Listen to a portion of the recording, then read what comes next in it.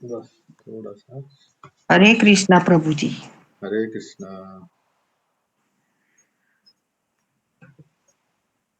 शुरू करें फिर, जो जो आएंगे वैसे ज्वाइन होते जाएंगे।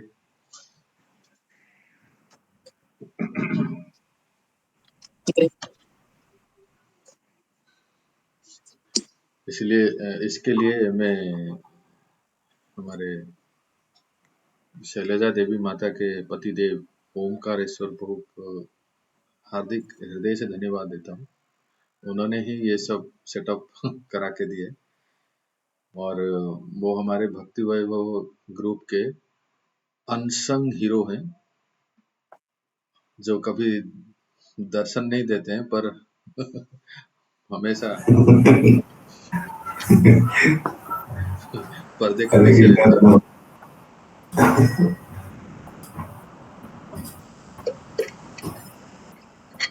प्रभु जी, तो भक्ति वैभव कहाँ तक चला, कहाँ तक पहुंचा? प्रभु न्यू बैच भी शुरू हो रहा है, मैं आपको बताऊंगा। ठीक है प्रभु। अभी तो ये लोग कहाँ तक पहुंचे हैं माता, हेमरूप माता? 5th canto, right? 5वां स्कंद चल रहा है प्रभु जी। 5वां स्कंद। 5वां स्कंद। तो अभी नया बैच जो होगा ना, नारायण को आपको बताएंगे। और आज मेरा वीर कृष्णपु से भी बात हुआ था, तो वो भी कुछ कह रहे हैं, उनका कुछ कंसर्न है। मैं अभी क्लास के बाद मुझे आप याद दिलाई कि दोहा कतार के समय के अनुसार और वहाँ के जो अवेलेबिलिटी, और वो कह रहे थे उमन से भी कुछ जुड़ना चाहते हैं, तो उसके लिए थोड़ा सा हम विचार विमर्श करके फाइनली एक टाइम सेट करेंगे, ताकि वो लोग भी इसका लाभ ले सके। तो आइए शुरू करते हैं। प्रभु जी, टाइम ये बहुत अच्छा है, प्लीज टाइम इसी को रखिएगा, फ्राइडे का। ठीक है, ठीक है, फ्राइडे का ही, हाँ ठीक है। ओम नमो भगवते वासुदेवाय। ओम नमो भगवते वासुदेवाय। ओम नमो भगवते वासुदेवाय। ओम नमो भगवते श्री चैतन्य चंद्राय। ओम अज्ञानतिमिरान्धस्य ज्ञानाञ्जनशलाकया चक्षुरुन्मिलितं येन तस्मै श्रीगुरवे नमः। श्रीचैतन्यमनोभीष्टं स्थापितं येन भूतले स्वयं रूप कदा मह्यं ददाति स्वपदान्तिकम्। वन्देऽहं श्रीगुरुः श्रीयुतः पदकमलं श्रीगुरून् वैष्णवांश्च श्रीरूपं साग्रजातं सहगण रघुनाथान्वितं तं सजीवं साद्वैतं सावधूतं परिजनसहितं कृष्णचैतन्यदेवम् श्री राधा कृष्ण पादान सहगण ललिता श्री विशाखान्वितांश्च। ओम विष्णुपदाय कृष्ण पृष्ठाय भूतले श्रीमते भक्तिवेदांत स्वामिनिति नामिने। नमस्ते सारस्वती देवे गौरवाणी प्रचारिणे निर्विशेष शून्यवादी पाश्चात्य देश तारिणे। वंशकल्पतरुभ्यश्च कृपा सिन्धुभ्य च पतितानां पावनेभ्यो वैष्णवेभ्यो नमो नमः। जय श्री कृष्ण चैतन्य प्रभु नित्यानंद श्री अद्वैत गदाधर श्रीवासादि गौर भक्तवृंद। हरे कृष्ण कृष्ण कृष्ण हरे हरे, हरे राम राम राम हरे हरे। आराध्य भगवान ब्रजेश तनय तद्धाम वृंदावनम्। रम्या काचित् उपासना व्रजवधो वर्गेण या कल्पिता। श्रीमद्भागवतं प्रमाण अमलं प्रेमोपमार्थो महान्। श्रीचैतन्य महाप्रभुर्मतमिदं तत्रादरनापरः। नमो महावदान्याय कृष्णप्रेम प्रदायते कृष्णाय कृष्ण चैतन्य नामिने गौरतिसे नमः। वंदे श्री कृष्ण चैतन्य नित्यानंद सहोदितो गौड़द्वये पुष्पवन्तो चित्रसन्दौ तमोनदो। गुरवे गौरचन्द्राय राधिकाय तदालये कृष्णाय कृष्ण भक्ताय तद्भक्ताय नमो नमः। हरे कृष्ण। तो ये आप सबकी उत्साह, प्रेरणा और हमारे इष्ट श्री गौरहरि की कृपा करुणा से हम सब यहाँ आज एकत्रित हुए हैं और एक महान अभियान शुरू कर रहे हैं। भगवान गौरहरि कृपा करें कि इस अभियान को जब तक चलता रहे पूरा करने का प्रयास करें, पूरा करेंगे ही। और ये और भी जो भी हमारे गौड़ीय शास्त्र हैं इस श्रृंखला में हम श्रवण करेंगे, पर ये शुरुआत होती है श्री चैतन्य चरितामृत से। इसका उद्देश्य ये है कि हम महाप्रभु के संप्रदाय में आते हैं, हम महाप्रभु के अनुयायी हैं, गौड़ीय भक्त कहलाते हैं। तो हमारे इष्ट श्रीमन चैतन्य महाप्रभु है कि राधा कृष्ण अभिन्न है, और समस्त आचार्य, गौड़ीय आचार्य विशेष करके यही कहते हैं कि भगवत गीता, श्रीमद् भागवतम, चैतन्य चरितामृत ये हमारा मूल ग्रंथ है, जिसको हमें म्यूट कीजिए सर।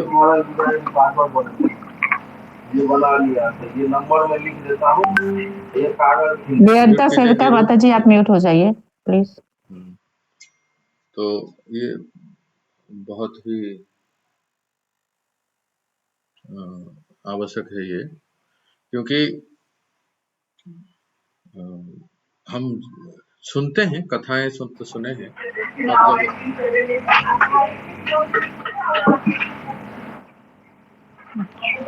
म्यूट।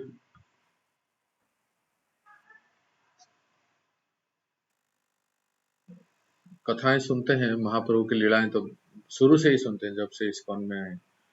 पर ऐसा है कि जो तत्व और सिद्धांत है जो चैतन्य चरितामृत में वर्णन हुआ है, एक वाक्य में कहूँ तो अगर श्री चैतन्य चरितामृत को पढ़ें, फिर साथ में श्रीमद् भागवतम पढ़ें, तो बहुत अच्छा समझ में आता है।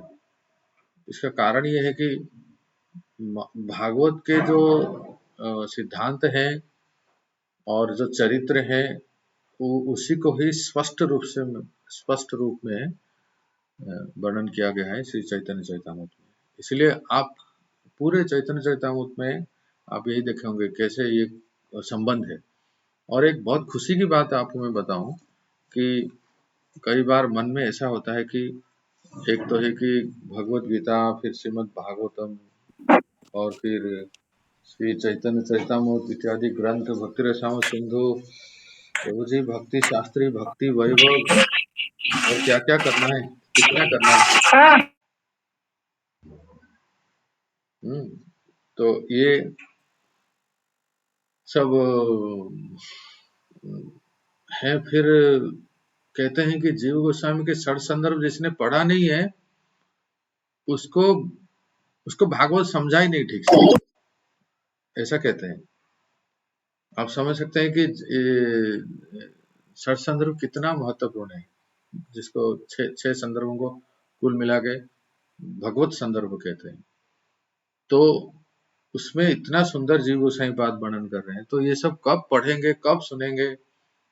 समय भी बहुत कम है, बुद्धि इतना नहीं है, समझ में नहीं आता है, इतने व्यस्त जीवन है। तो एक वाक्य में कहा जाए तो जीव गोस्वामी के षट संदर्भों को पढ़ के समझना चाहते हैं तो कोई कहेंगे एक कोई बताइए जिसको पढ़ने से सारे हमारे गौड़ीय आचार्यों के ग्रंथों को, तत्व और रसशास्त्र को समझ में आ जाए। उसका उत्तर है श्री चैतन्य चरितामृत। आप समझ सकते हैं इसमें कितना सुंदर सार दिया गया है।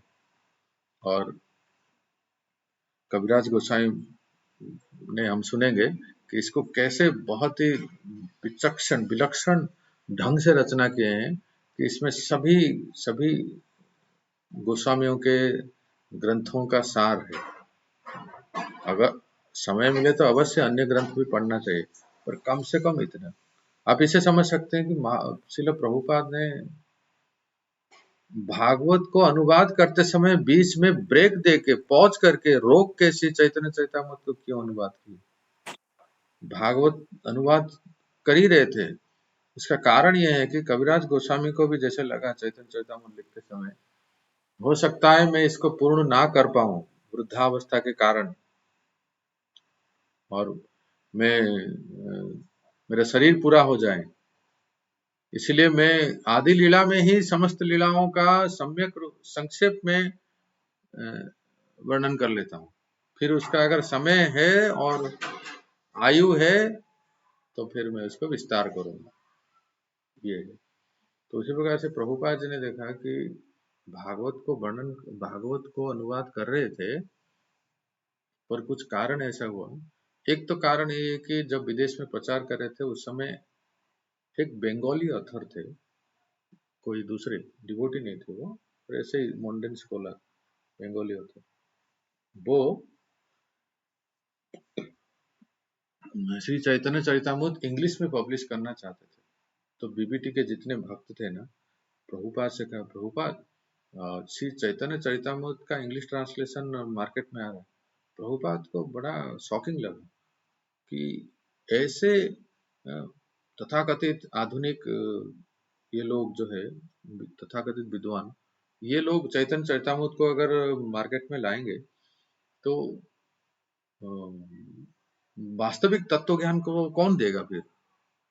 तो ये भी एक इम्पिटस था कि और किसी का पब्लिश ना हो, इसलिए प्रभुपाद ने भागवत के ट्रांसलेशन को बीच में रोक के, और ये इस्कॉन के इतिहास में एक स्वर्णिम अक्षरों में लिखा जाएगा कि केवल और केवल और केवल, आप पूछ सकते हैं अपने अपने गुरु महाराज को, केवल दो महीने के अवधि में संपूर्ण चैतन्य चरितामृत का लिखना, प्रूफ रीडिंग करना, पेंटिंग करना, प्रिंटिंग करना, पब्लिशिंग करना और मार्केट में लाना। ये जो मैराथन चला था उस समय, इतना मेहनत किए थे, रात दिन एक कर लिए थे सारे भक्त। जदुरानी माता जी पेंटिंग करती थी और नींद आ जाती थी, आंख बंद हो जाती थी, फिर भी एक एक पेंटिंग करती थी। फिर चेक करने के लिए प्रभुपाद जी को दिखाना, और तब फिर बीबीटी से स्थापित हो चुका था। तो प्रभुपाद जी के शिष्य लोग अपने बारे में बताते हैं कि अपने गुरु के लिए जो निस्वार्थ पर परिश्रम करके सेवा किए उन्होंने, इससे प्रभुपाद जी इतने कृतकृत्य हो गए कि उन्होंने आशीर्वाद दिए सबको। इस महान कार्य में जिन लोगों ने भी सहायता किया उस सबको प्रभुपाद जी का विशेष आशीर्वाद था। रामेश्वर स्वामी बीबीटी के मेन एडिटर थे, एडिटर, वो उसमें मुख्य लगे थे।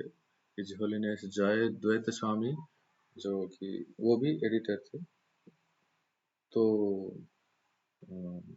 तब तक हिज होलीनेस गोपाल कृष्ण गोस्वामी, वो भी, मतलब ऐसा विदेश में जितने लोग थे ऐसा कोई नहीं है जो चैतन्य चरितामृत पब्लिकेशन में, मतलब उसके प्रिंटिंग और पब्लिकेशन में जिसने साथ ना दिया हो। मतलब एक जैसे होता है ना, गुरु महाराज का विशेष सेवा है ये, उसके लिए जो चुने हुए भक्त चारों ओर से आ गए थे लॉस एंजलिस में, और सभी कड़ी मेहनत कर रहे थे सब। क्या उनका एक ही लक्ष्य था कि कैसे गुरु महाराज के इस मिशन को हमें सक्सेस करना है। किसी और का प्रिंटिंग मार्केट में आने से पहले ऐसी भक्ति वेदांत स्वामी प्रभुपाद जो लिखे हैं उस बुक को वो मार्केट में लाना चाहते थे, ताकि सबको सही ज्ञान, ठोस ज्ञान मिले। इससे आप समझ सकते हैं कि कितना महत्वपूर्ण है ये चैतन्य चरितामृत ग्रंथ। सिद्धांत के तत्व के दृष्टि से तो है ही, पर समाज को ये गौड़ीय वैष्णव सिद्धांत का जो सर्वश्रेष्ठ तत्व ज्ञान है वो श्रील प्रभुपाद ने समाज को दिया। और इसके लिए वो हमेशा अपने गुरु महाराज से श्रीमद भक्ति सिद्धांत सरस्वती प्रभुपाद के प्रति ऋणी है, क्योंकि इतने कम समय में इसकी व्याख्या करना इतना सरल नहीं था। भक्ति सिद्धांत सरस्वती प्रभुपाद की बंगला व्याख्या को ही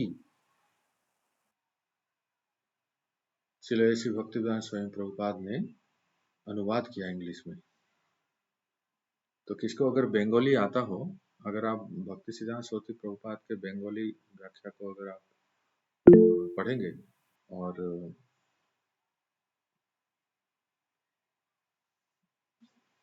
तो रिप्लाई दे दीजिए उनको। यूट्यूब में अभी टेक्निकल इशू है, इसलिए रिले नहीं हो पा रहा है। सब मीट में ज्वाइन हो जाए, बाद में अपलोड कर लेंगे।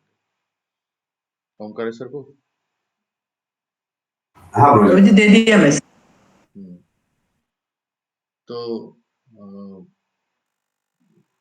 दो भाष्य लिखिए, भक्ति विनोद ठाकुर का अमृत प्रवाह भाष्य और भक्ति सिद्धांत सरस्वती प्रभुपाद का अनुभाष्य। इसी को ही आधार करके श्रील प्रभुपाद ने इंग्लिश में अपना कमेंट्री दिए, व्याख्या। और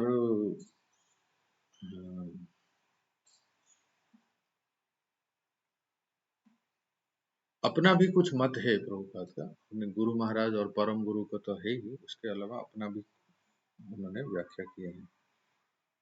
मतलब मैं ये कह रहा हूँ, ये कितना महत्वपूर्ण सेवा है। आप में से किसको अगर थोड़ा सा अनुभव है एक बुक प्रिंट करने में, एक बुक, कोई मान ली कोई मैंने कुछ लिखा है, एक बुक है ना, छोटा सा भी बुक हो, उसको पहले लिखने में कितना समय जाता है, उसके बाद उसका प्रूफ रीडिंग, एक नहीं 2-4 लोग प्रूफ रीडिंग करते हैं, फिर एडिटिंग, लेआउट, उसके बाद उसका कवर डिजाइन, उसके बाद फिर उसमें कुछ अगर पिक्चर चाहिए, फोटोज वगैरह, तो फोटो ऐसा भी नहीं कि आज के समय में इंटरनेट में मिलता है, टुक टुक टुक टुक टुक गूगल से बीबीटी के कुछ भी फोटो डाउनलोड कर लो और हो गया बस। नहीं, पेंटिंग करना, तो इतना वो मतलब इतनी मेहनत है, आप समझ, एक बुक प्रिंट करने में कितना मेहनत लगता है।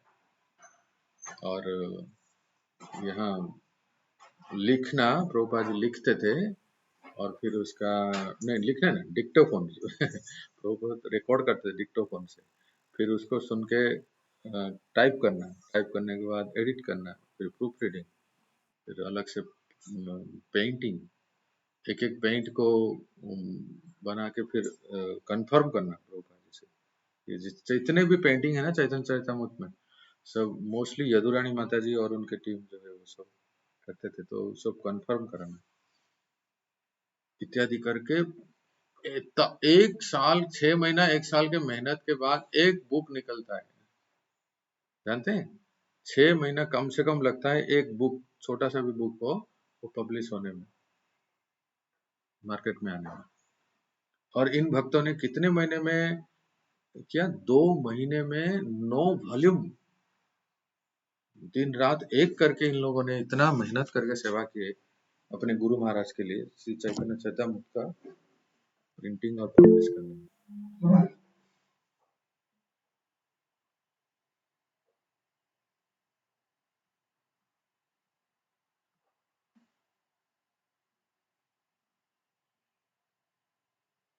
हरे कृष्णा, मैं देख नहीं पा रहा हूँ।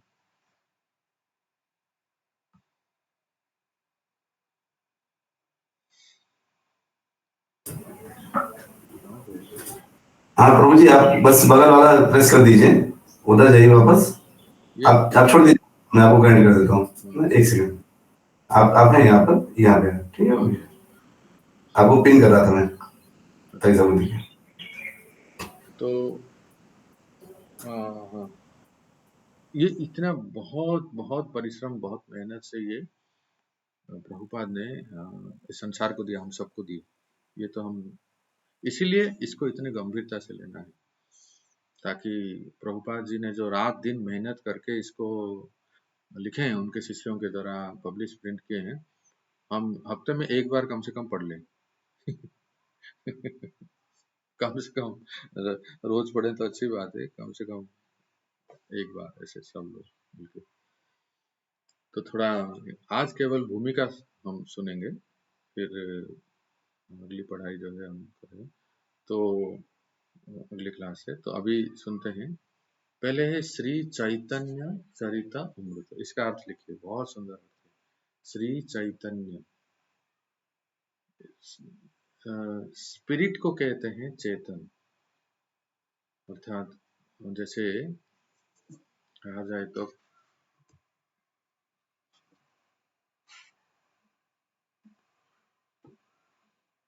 इस संसार में दो प्रकार के वस्तुएं देखते हैं, एक है मैटर, एक होता है स्पिरिट, जड़ और चेतन, राइट। तो जो मैटर है उसकी सत्ता टेम्पररी है, और बाकी जो स्पिरिट है तो इसलिए इसको चेतन कहते हैं।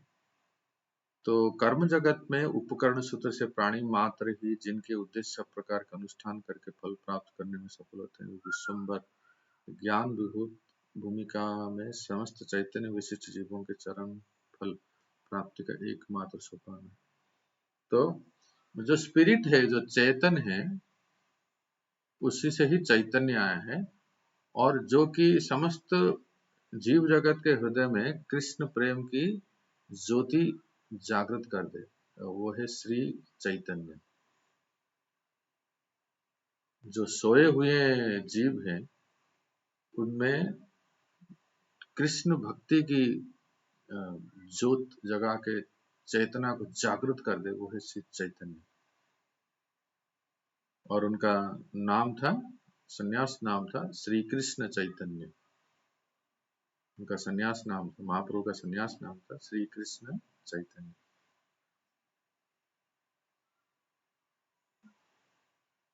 और जिसको पान करने से कभी कोई किसी की मृत्यु नहीं होती है, वो तो अमृत है ही, जैसे हम जानते हैं।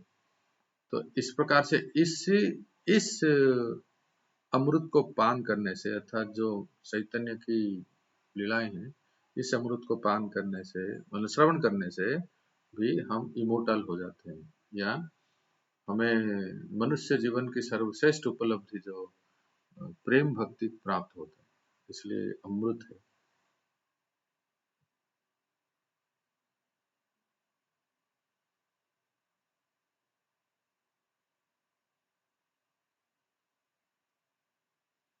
तो इस ग्रंथ के ग्रंथकार का जो नाम है श्री कृष्णदास कविराज गोस्वामी। थोड़ा सा प्रत्येक ग्रंथ के ग्रंथकार के बारे में थोड़ा जानकारी होना चाहिए, ठीक है। तो इनके बारे में संक्षेप में थोड़ा सा हम सुनते हैं। इनका नाम है कृष्णदास। पहले यहाँ से शुरू करते हैं। इनका नाम है कृष्णदास, ठीक है। और स्क्रीन पे और कुछ आ रहा है, हम कर इसको, मेरे स्क्रीन पे और कुछ आ रहा है, ठीक है।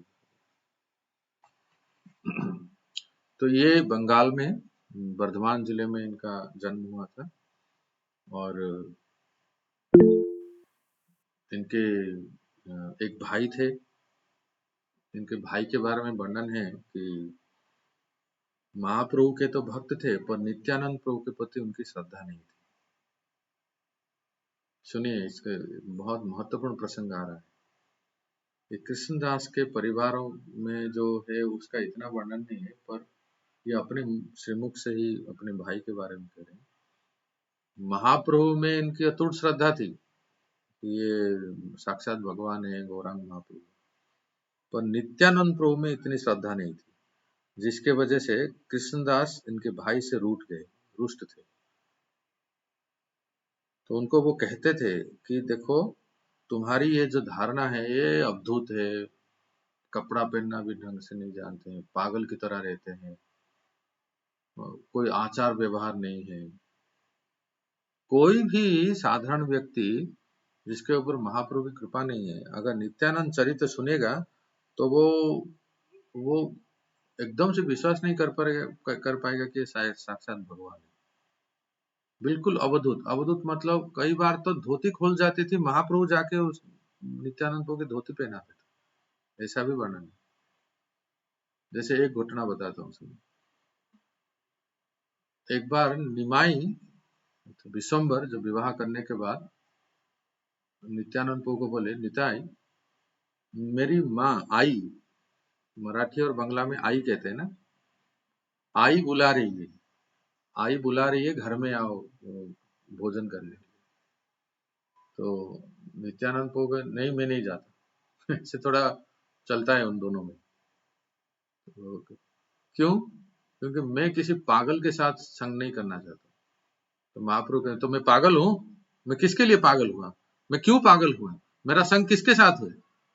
तुम्हारे जैसे पागल के साथ है, इसलिए मुझे पागल हो गया। तो ऐसे ही दोनों में चलती थी। तो लेकिन महाप्रभु ने कहा नित्यानंद प्रभु को, देखो तुम हमारे घर में आओगे, आई बुला रही है प्रसाद के लिए, और सुनो वह मेरी बहू है, मेरी पत्नी है, और तुम ऐसे अवधूत वेश में मत आना, और धोती को कस के बांध के आना, और बिल्कुल ढंग से कपड़े पहन के आना। ये मत समझना कि मैं कहीं जगाई माधाई को उद्धार करने जा रहा हूं। तो ऐसे वो महाप्रभु उनको सिखाते थे।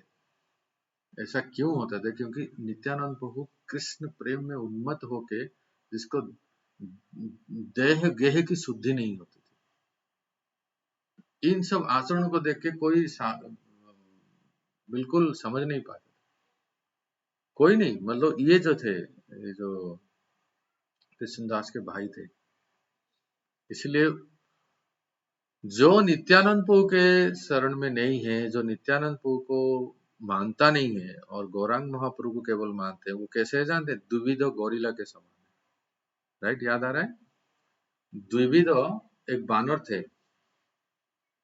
और वो रामचंद्र, भगवान श्री रामचंद्र की लीला में स्वयं श्री राम के पक्ष में थे, और सुग्रीव के मंत्री थे, सुग्रीव के राइट हैंड थे, ठीक है।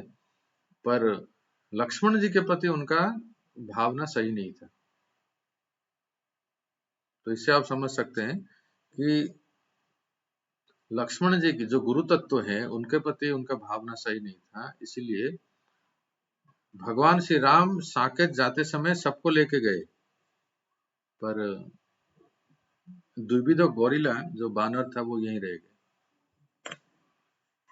क्योंकि जो गुरु तत्व को नहीं मानते हैं, डायरेक्ट भगवान के साथ संबंध रखना चाहते हैं, उनकी दशा यही होती है। तो फिर बाद में कृष्ण लीला में बलराम जी के द्वारा उनका वध हुआ और उद्धार हो गया। तो इसलिए यहाँ भी नित्यानंद प्रभु को जब वो आदर नहीं देते, तो कृष्णदास जो है उनको त्याग दिया उन्होंने।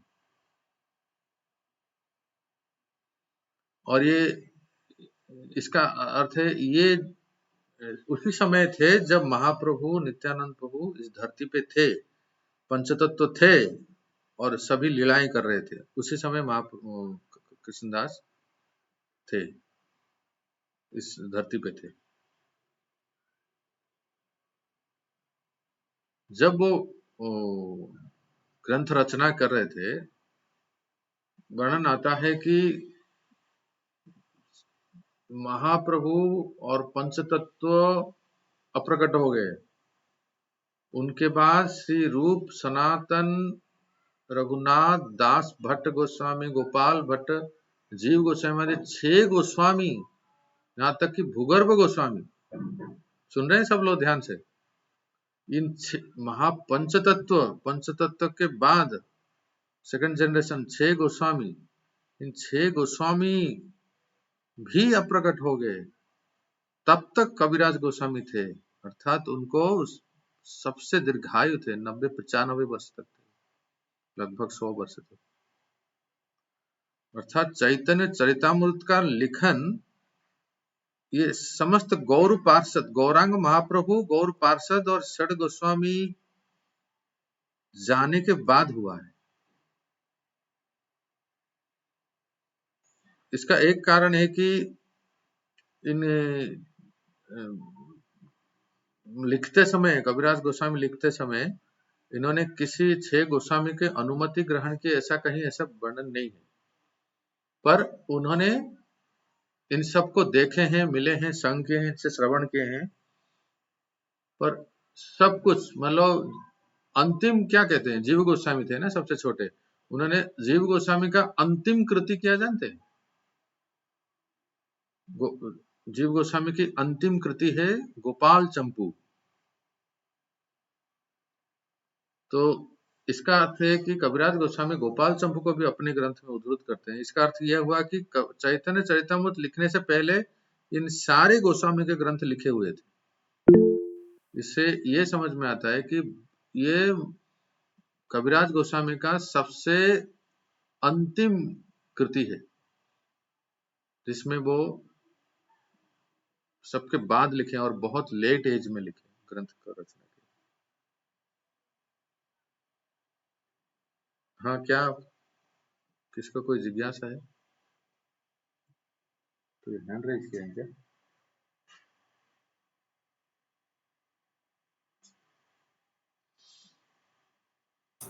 आप अपने आप को म्यूट करके क्वेश्चन पूछना चाहते हैं क्या? कोई किसी ने हैंड रेज किया था? हरे कृष्ण। हाँ, एक हैंड रेज हुआ था। हाँ, ठीक है। पवन प्रभु जी। हरे कृष्ण प्रभु, दंडवत प्रणाम। हाँ, प्रभु ये ऐसा भी बोलते हैं कि जीव गोस्वामी को जो है उन्होंने अपने ग्रंथ की रचना दिखाई थी, ऐसा सही है कुछ ये चैतन्य चरितमृत की? कहाँ लिखा है? प्रभु मैंने सुना था या कहीं पढ़ा था, अभी मेरे को पता नहीं कई साल पहले की बात है। अब पूछ रहा हूँ मैं आपको, मेरे को शायद मेरे माइंड में है, हो सकता है गलत भी हो। हाँ, मैं भी ऐसा मतलब कहीं मुझे मिला नहीं प्रभु, जो अगर मिलेगा तो मैं बताऊंगा। पर अभी मैं कुछ ग्रंथों को पढ़ रहा था तो उसमें ये लिखा है कि ग्रंथ रचना के समय श्री जीव गोपाल भट्ट, रघुनाथ दास, रघुनाथ भट्ट, श्री रूप और सनातन गोस्वामी, ये 6 गोस्वामी अथवा भूगर्भ गोस्वामी आदि कोई वर्तमान नहीं थे, और पर एक का नाम नहीं लिखा है इसमें, वो भी दीर्घायु थे, अर्थात वो वर्तमान थे। वो कौन है बताएं? लोकनाथ गोस्वामी। वो थे, वो दीर्घायु थे। नरोत्तम दास ठाकुर के जो गुरु महाराज है ना, वो वर्तमान थे। अच्छा, इनका नाम कबीराज कैसे हुआ सुनिए। नाम तो कृष्णदास था, बड़ा अच्छा नाम है, छोटा सा नाम है कृष्णदास। कबीराज के 2 अर्थ है, या तो कुछ लोगों का मत है कि ये वैद्य थे, जो औषधियां देते हैं, तो वैद्य के वजह से भी कबीराज कहते हैं, पर ये वास्तविक अर्थ नहीं है, इसको मत लिखिए। ये कुछ कहते हैं ऐसे वैद्य थे करके, पर कबीराज इसलिए कहते हैं कि जो कवियों में श्रेष्ठ है, कवियों में राजा है, इसलिए उनको कबीराज कहते हैं। तो सबसे श्रेष्ठ कवि, कविता इन्होंने जो लिखा, जो वैष्णव समाज में इतने आदृत हुए, सभी गोस्वामी भी उसको पसंद किया, और हर एक अध्याय के अंत में वो लिखते हैं कि मैं इसको श्री रूप गोस्वामी, श्री रघुनाथ दास गोस्वामी, रघुनाथ भट्ट गोस्वामी, जीव गोस्वामी के आशीर्वाद और प्रेरणा से लिखा हूं। उसका नाम है, लिखिए, श्री गोविंद लीलामृत। ये जो ग्रंथ उन्होंने लिखा, संस्कृत के काव्य ग्रंथ है, इसको इतना अद्भुत हुआ वैष्णव समाज में, इसलिए इनका उपाधि हो गया कबीराज।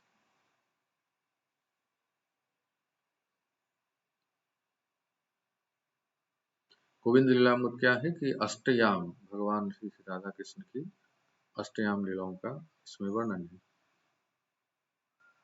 ग्रंथकार के आश्रम के बारे में कहीं स्पष्ट उल्लेख नहीं है, पर इतना है कि वो मतलब उनके गृहस्थ जीवन के बारे में कहीं स्पष्ट उल्लेख नहीं है, इसलिए ये पता चलता है कि वो शायद वो विवाह नहीं किए थे। पर ब्रह्मचर्य आश्रम फिर वानप्रस्थ संन्यास आश्रम को पार करके सर्वश्रेष्ठ निष्किंचन परमहंस जो कहते हैं उस अवस्था में जब थे तभी उन्होंने चैतन्य चरितामृत की रचना की थी। अंतिम, मैंने कहा ना, अंतिम कृति है उनकी। सब ग्रंथ लिखने के बाद, सारे गोस्वामी के ग्रंथ लिखने के बाद अंतिम ग्रंथ था ये।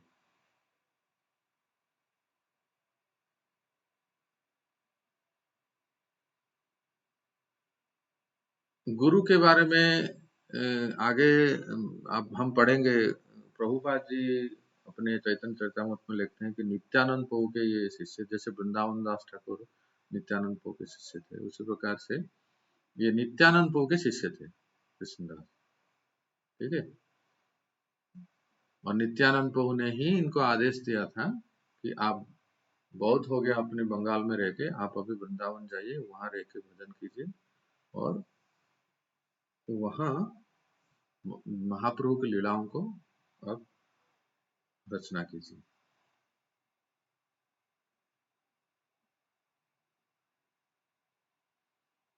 अपने चैतन्य चैतामृत ग्रंथ में अपनी विनम्रता वो प्रदर्शन करते हैं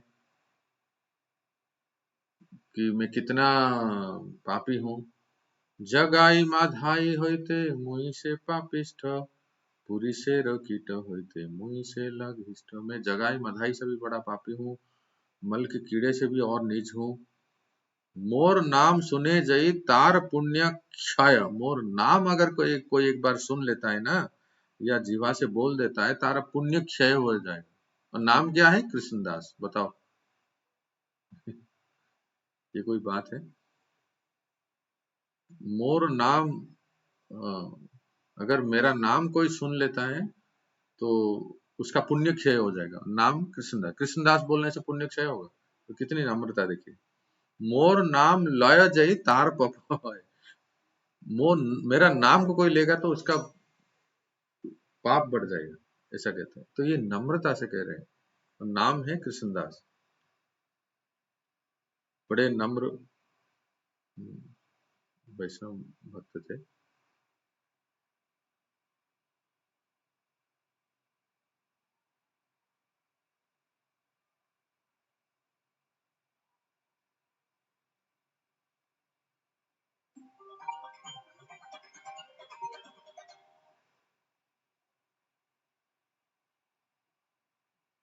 ओमकारेश्वर को क्या मैं स्क्रीन में सभी को देख सकता हूँ क्या? आप सबको नहीं देख पा रहे हैं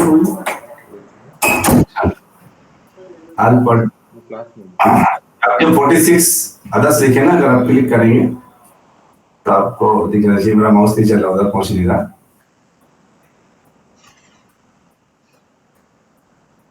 जैसे हम लोग जूम में सबको स्क्रीन पे देखते हैं, इसमें कुछ जैसे नीचे देखिए, इधर जो है ना, ये जो पार्टिसिपेंट सबके नाम ऐसे दिखेंगे, और जब इस पे करेंगे ना, देखिए ये सबके आपको नाम इस पे दिखते चले जाएंगे ना। और 48 अदर्स पे क्लिक करेंगे, सब दिखने लगेंगे।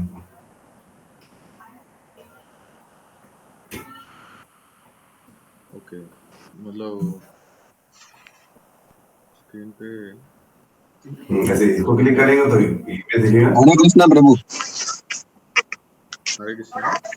हाँ, टॉप पे लिखा है ना, ऊपर टॉप पे अपना क्लिक करेंगे तो सबका नाम आ जाएगा लाइन से। अच्छा, टॉप पे अपना बीडीटी लिखा है ना, बीडीटी RB80।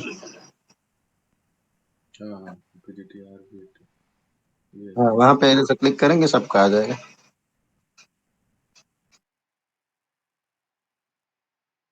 हरे कृष्णा प्रभु जी, दंडवत प्रणाम। प्रभु जी अभी क्या ना ज्यादातर डिवोटी का वीडियो ऑफ है, इसलिए आप कृपया थोड़ा सा।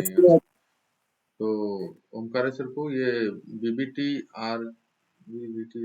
इसमें कुछ क्लिक करना है।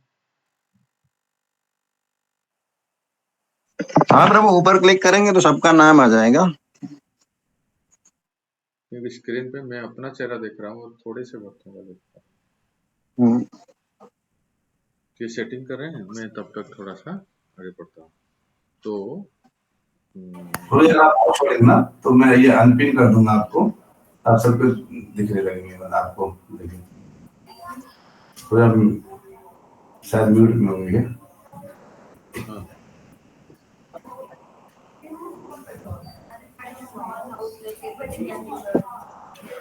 तो आप सुनते रहिए। अच्छा, तो अभी एक बहुत सुंदर वर्णन कर रहे हैं। देखिए, ये जो चैतन्य चरितामृत है ना, इसके पहले बहुत सारे ग्रंथ लिखे हुए हैं। ठीक है, जैसे एक एक करके मैं बोलता हूँ। सबसे पहले तो वृंदावन दास ठाकुर थे। हाँ, अभी थोड़ा सा सभी इसको ओमकारेश्वर को इसको ये कर देते हैं, इसको अभी आया सब। सबसे पहले वृंदावन दास ठाकुर के चैतन्य भागवत, फिर जिसका नाम था चैतन्य मंगल, फिर लोचन दास ठाकुर के चैतन्य मंगल। ठीक है, ये पहले रचना हो चुकी थी।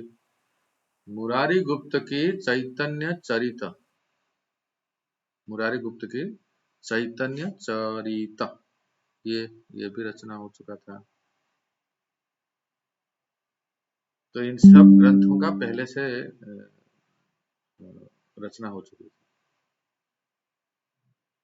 पर मुख्यतः कौन से ग्रंथ से, कहां से कविराज गोस्वामी लिए चैतन्य चरितामृत लिखने के लिए, वो आप थोड़ा सा नोट कीजिए, बहुत अच्छा लगेगा। सबसे पहले श्री कवि कर्णपुर श्री चैतन्य चंद्रोदय नाटक, ये ग्रंथ है। इससे दूसरा श्री रघुनाथ दास गोस्वामी द्वारा कंठस्थ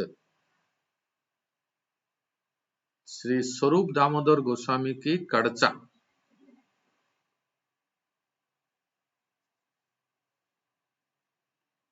बंगला में कड़चा का अर्थ है डायरी। तो ये नाम फिर से रिपीट कर दीजिए। दूसरा स्रोत है श्री रघुनाथ दास गोस्वामी के द्वारा कंठस्थ श्री स्वरूप दामोदर गोस्वामी की कड़चा।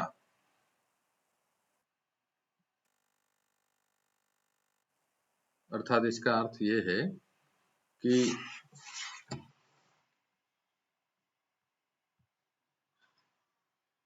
जो लगभग 18 वर्ष रघुनाथ दास गोस्वामी जगन्नाथपुरी में रहे, महाप्रभु का संग किया, उन्होंने डायरेक्ट अपनी आंखों से जो महाप्रभु की लीलाओं को देखे थे, एक, और अपने काउंसलर, अपने मेंटर स्वरूप दामोदर गोस्वामी, दास गोस्वामी के काउंसलर जो थे, स्वरूप दामोदर गोस्वामी ने संस्कृत में महाप्रभु की लीलाओं का वर्णन लिखा था, लिपिबद्ध किए थे अपनी कड़चा, मतलब डायरी में। उसको दास गोस्वामी ने कंठस्थ कर लिया था। कितने विद्वान होंगे देखो।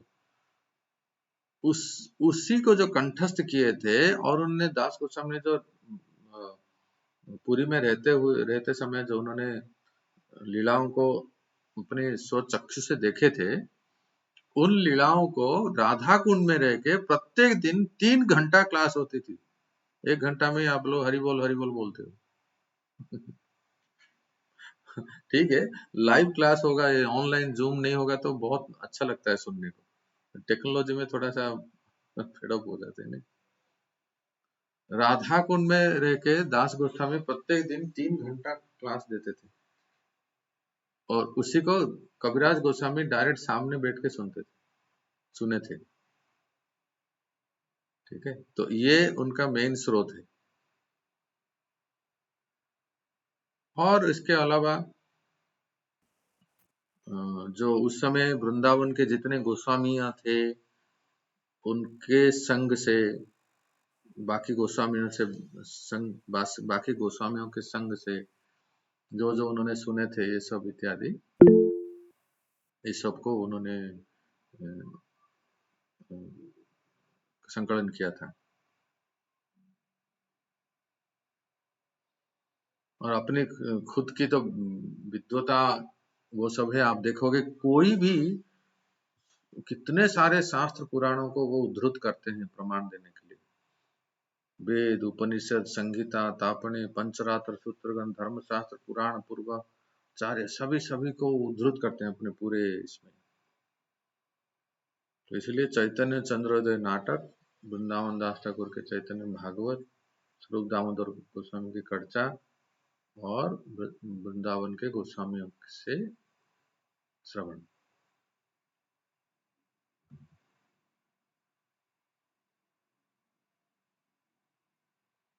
अब सुनिए, इस चैतन्य चरितामृत में ग्रंथ को 3 भागों में कविराज गोस्वामी ने विभक्त किया है।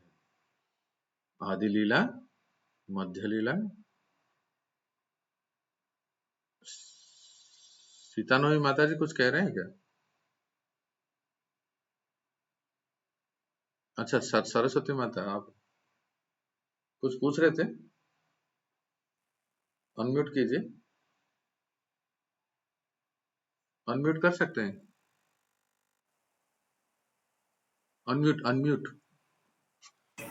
जी प्रभु, कर सकते हैं प्रभु।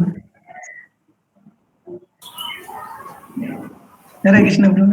हरे कृष्ण। सरस्वती माता जी अनम्यूट करके पूछिए, नहीं हो रहा है कैसे? कहाँ जाएं? दयाल चंद्र को उनको बोल दीजिए जरा। हो रहा है प्रभु जी, हम लोग का तो हो रहा है। माता जी सबसे लेफ्ट साइड में होगा, वो अनम्यूट का एक ऑप्शन रहेगा।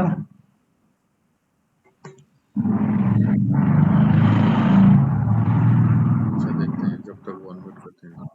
तो 3 हो गया क्या? हाँ बोलिए। हो गया ना प्रभु? ठीक है प्रभु जी, मेरे को ना एक मतलब कंफ्यूजन हो गया कि अभी आप बता रहे थे ना कि जब षट गोस्वामी मतलब वर्तमान नहीं थे, हाँ हाँ है ना, तो तभी इन्होंने इसको रचना करी। लेकिन अभी आप ऐसे उसमें मतलब यह मेरे सुनने में फर्क है कि वो मैं समझ जब गया वृंदावन। सरस्वती माता। उसका ठीक है। उसका उसका ऐसे समझना है, इन सब गोस्वामी से उन्होंने सुना था लेकिन रचना नहीं किए थे। तो दास गोस्वामी से रोज वो सुनते थे, सुने थे, पर वो इतने श्रुतिधर थे कि सब याद रखे थे। और अन्य गोस्वामी से भी उन्होंने 6 गोस्वामी से सुने थे। और लोकनाथ गोस्वामी के पास जाके पूछे थे, तो लोकनाथ गोस्वामी ने कंडीशन रखा था कि मैं महाप्रभु के बारे में बताऊंगा पर मेरा नाम ग्रंथ में नहीं आना चाहिए। तो इसलिए उन्होंने वो शर्त को पूरा किया, तो उनका नाम नहीं लिखे हैं। तो सबसे वो महाप्रभु के बारे में सुन रखे थे। फिर जब वो रचना शुरू किए, एक शकाब्द लिखा है यहाँ, तो जब वो रचना कर रहे थे तब यहाँ के वर्णन के अनुसार वो कोई गोस्वामी लोग वर्तमान नहीं थे, वो सब अप्रकट हो चुके थे। इसलिए अंतिम में ये उनकी कृति थी। और आपको पढ़ते समय भी कभी कुछ ऐसा मिलता है तो बताइए। मैंने एक स्रोत से ये बताया आपको। अच्छा, और एक है कि इसमें 3 विभाग है, आदि लीला, मध्य लीला और अंत लीला।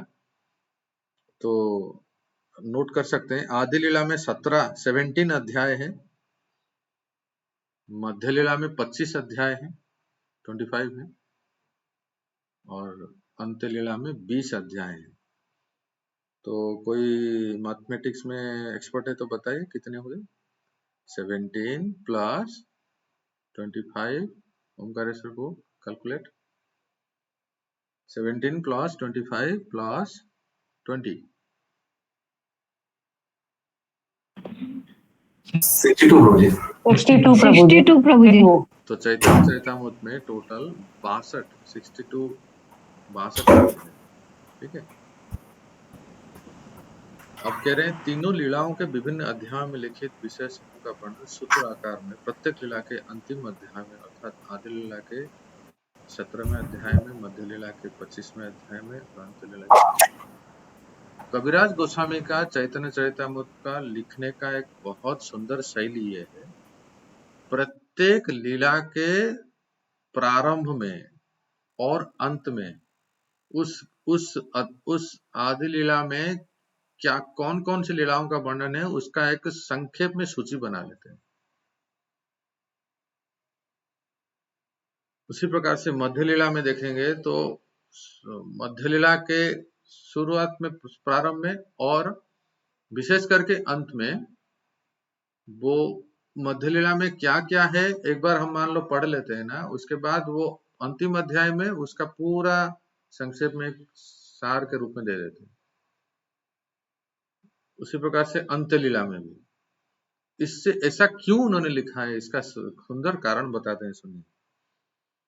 ताकि आने वाले वर्षों में कोई भी व्यक्ति उनके ग्रंथ को छेड़छाड़ ना कर पाए, कुछ लीलाओं को ओमिट करना, कुछ लीलाओं को लुप्त कर देना, कुछ लीलाओं को मिश्रण करना, ऐसा कर ही नहीं सकते, क्योंकि कविराज गोस्वामी ने हर एक लीला के, आदि लीला, मध्य लीला और अंत लीला के अंत में उस लीला के में किन किन चरित्रों का वर्णन है और क्या क्या विषय वस्तु वर्णन है उसका सार में दे दिए। मतलब मैं जब ये पहली बार सुना कि क्या क्या विशेषता थी, क्या क्या पांडित्य था, कि हो सकता है कि महाप्रभु के कुछ लीलाओं को कोई बाद में जो प्रिंट करने वाले हैं, उस समय तो प्रिंटिंग नहीं था ना, वो कुछ उसमें मिला दे, नहीं मिला नहीं सकता, क्योंकि वो लीला सार में तो है नहीं। जो जो लीलाओं को वो वर्णन किए हैं अंत में एक चैप्टर में पूरे सार में वो बता देते हैं। ये उनकी विशेषता है। कोई उसको उसमें से कोई लीलाओं को वो निकाल भी नहीं सकता, कोई अलग से कोई लीलाओं को प्रवेश नहीं कर सकता, कोई जोड़ नहीं सकता। अब थोड़ा आदि लीला में क्या है, एक बर्ड्स आई व्यू देखते हैं, ठीक है। क्या कहते हैं, विहंगावलोकन। आदि लीला के प्रथम 4 अध्यायों में चैतन्य के तत्व, प्रथम 4 अध्यायों में चैतन्य देव के तत्व वो वर्णन है, नोट कर सकते हैं।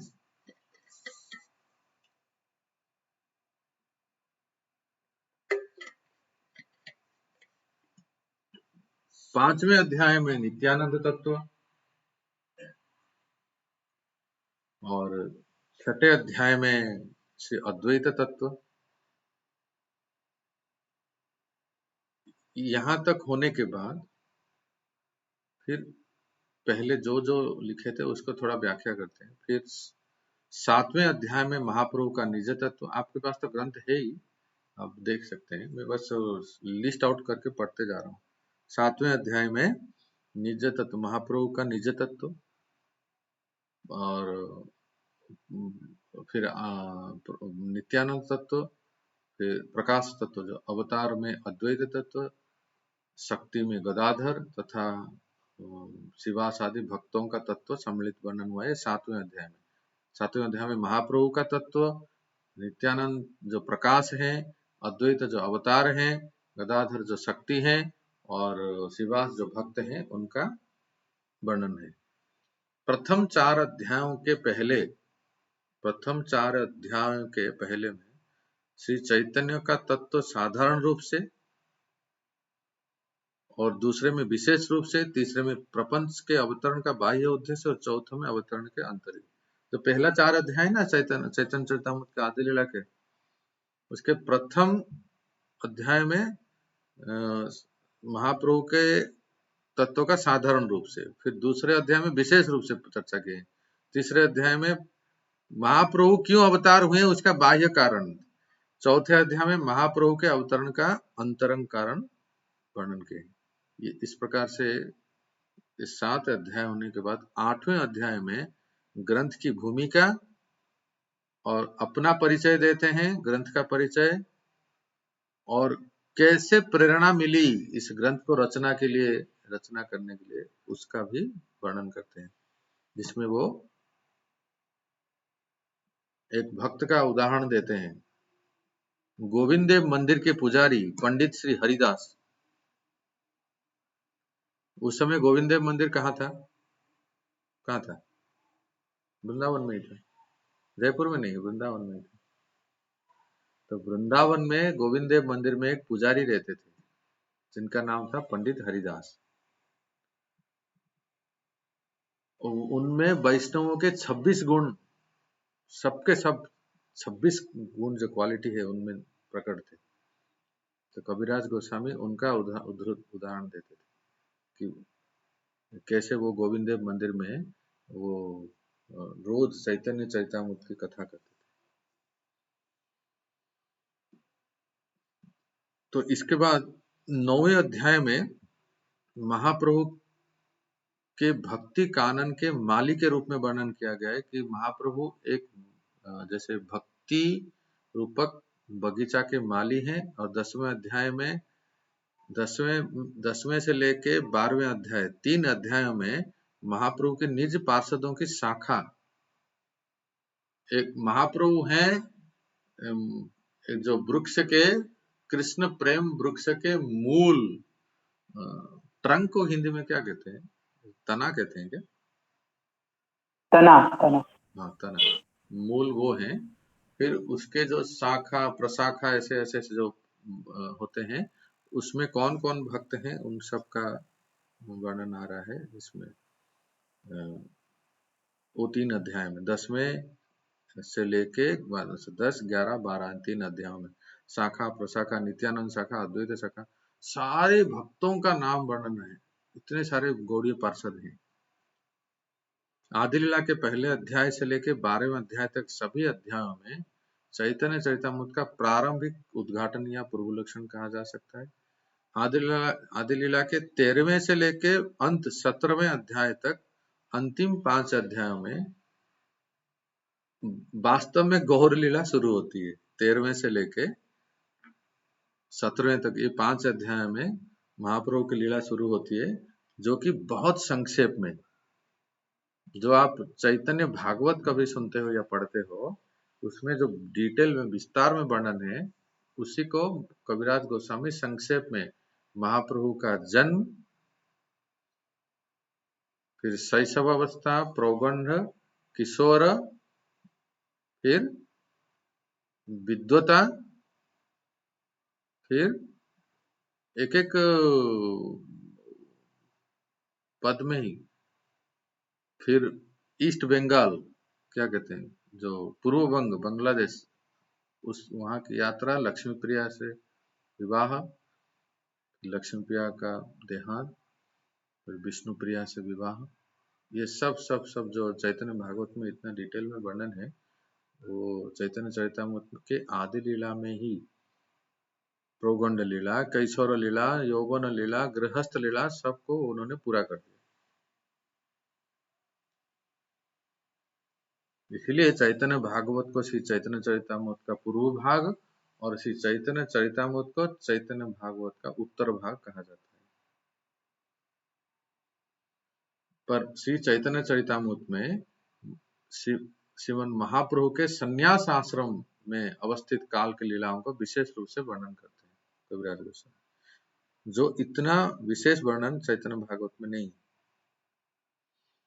तो चैतन्य चरितामृत के मध्य और अंत लीला के संपूर्ण अध्याय अर्थात 45 अध्यायों में श्री कृष्ण चैतन्य की संन्यास लीला तथा आदि लीला के अंतिम 5 अध्यायों में महाप्रभु विश्वम्भर की बाल लीला, गृहस्थ लीला वर्णन है। इसलिए तत्वानुकूल लीला ग्रंथ 50 अध्यायों में है और उनकी भूमिका रूप में तत्व परिचय 12 अध्याय में। अर्थात चैतन्य तत्व आपको पहले 12 अध्याय में ही मिलेगा आदि लीला में, उसके बाद महाप्रभु की लीला ही वर्णन है, संन्यास लीला में वर्णन है। तो 50 और 12 कुल मिला के 62 अध्याय ये ग्रंथ पूर्ण होता है। थोड़ा सा और देख लेते हैं मध्य लीला में क्या है। मध्य लीला के पहले अध्याय में प्रचार कार्य में श्री रूप सनातन का कथा प्रसंग है। मध्य और अंत्य लीला के अनुवाद सूत्र कथन तथा दूसरे अध्याय में अंत्य लीला में कही गई शेष 12 वर्षों की लीलामाला का संक्षिप्त परिचय लिपिबद्ध हुआ है। मध्य लीला के तीसरे अध्याय में संन्यास ग्रहण के उपरांत हुई घटनाओं का वर्णन है, जैसे राढ़ देश, जो नित्यानंद प्रभु का स्थान है, राढ़ देश और शांतिपुर में गमन, तथा चौथे और पांचवें अध्याय में नीलाचल में जब महाप्रभु आते हैं, पहले सुवर्ण रेखा नदी पार करके बंगाल से उड़ीसा प्रवेश करते हैं और सबसे पहले जलेश्वर से बालेश्वर अर्थात रेमुना, खीरचोर गोपीनाथ जहाँ है, बालेश्वर के बाद महाप्रभु आते हैं भद्रक के बाद जाजपुर के बाद कटक के बाद भुवनेश्वर और ऐसे होते हुए पुरी। इस तरह से महाप्रभु का साक्षी गोपाल, फिर दंडभंग, वो चंदनपुर जो कहते हैं उसे पुरी, इसका वर्णन है। फिर छठे अध्याय में महाप्रभु का पुरी में आगमन, फिर सार्वभौम भट्टाचार्य, वासुदेव सार्वभौम भट्टाचार्य, उनका पूरा नाम है वासुदेव सार्वभौम भट्टाचार्य, उनसे मिलन। सातवें अध्याय में महाप्रभु फिर दक्षिण की यात्रा करते हैं। 8वें अध्याय में रामानंद राय से मिलते हैं, कहाँ? राजमुंड्री में, इसका वर्णन है। और 9वें अध्याय में संपूर्ण दक्षिण भारत में भ्रमण की कथा है। मध्य लीला के 10वें और 11वें अध्याय में घूम घाम के पंढरपुर होके अपने भाई को खोजने के लिए, ढूंढने के लिए कि बहाने में, है ना, नासिक भी गए थे ना महाप्रभु निकुंज माता? कहाँ आए थे? नासिक आए थे महाप्रभु, नासिक गए थे पूरे उनके दक्षिण भारत यात्रा। नासिक गए थे और मुंबई भी गए थे, मुंबई थोड़ा टच किए थे। यस प्रभु, त्र्यंबकेश्वर में आए थे। त्र्यंबकेश्वर में आए थे? हाँ, और जो अभी उनकी पादुका का जो अभी अभिषेक हुआ ना, महाराज लोग किए, तो वो लाके अभी त्र्यंबकेश्वर में रखा गया है। अच्छा। अभी जो परम पूज्य जयप्रताप महाराज, गोपाल कृष्ण महाराज, राधानाथ महाराज सब मिलकर जो अभिषेक किए, वो कहाँ रखे हैं? हाँ, एक कोल्हापुर में गई है, एक तो जुहू मंदिर में है, और एक त्र्यंबकेश्वर में रखे हैं अभी, क्योंकि यहाँ का मंदिर अभी बड़ा जब बनेगा तब यहाँ पर लाएंगे। अभी त्र्यंबकेश्वर में रख दिए हैं क्योंकि महाप्रभु वहां गए थे, इसलिए। राइट। और कल हमने कोल्हापुर में उनका दर्शन भी किया। प्रभु जी में कोल्हापुर में रहती ओह, अच्छा, बढ़िया। मैं पादुका का दर्शन। हाँ, हम लोगों ने भी किया। नासिक में दोनों पादुका रखी थी 1 हफ्ते के लिए। अच्छा, सुंदर, बहुत बड़े है ना चरण। हाँ, यस प्रभु। तो इसका अर्थ है महाप्रभु नासिक भी गए थे, फिर महाराष्ट्र होके फिर वो पूरी वापस आए। जब वापस आ गए तो गौड़ देश से आए, फिर 10वें 11वें पूरी आगमन हो गया। फिर गौड़ देश से आए भक्तों का, उत्कल के भक्तों के साथ मिलन का वर्णन होता है।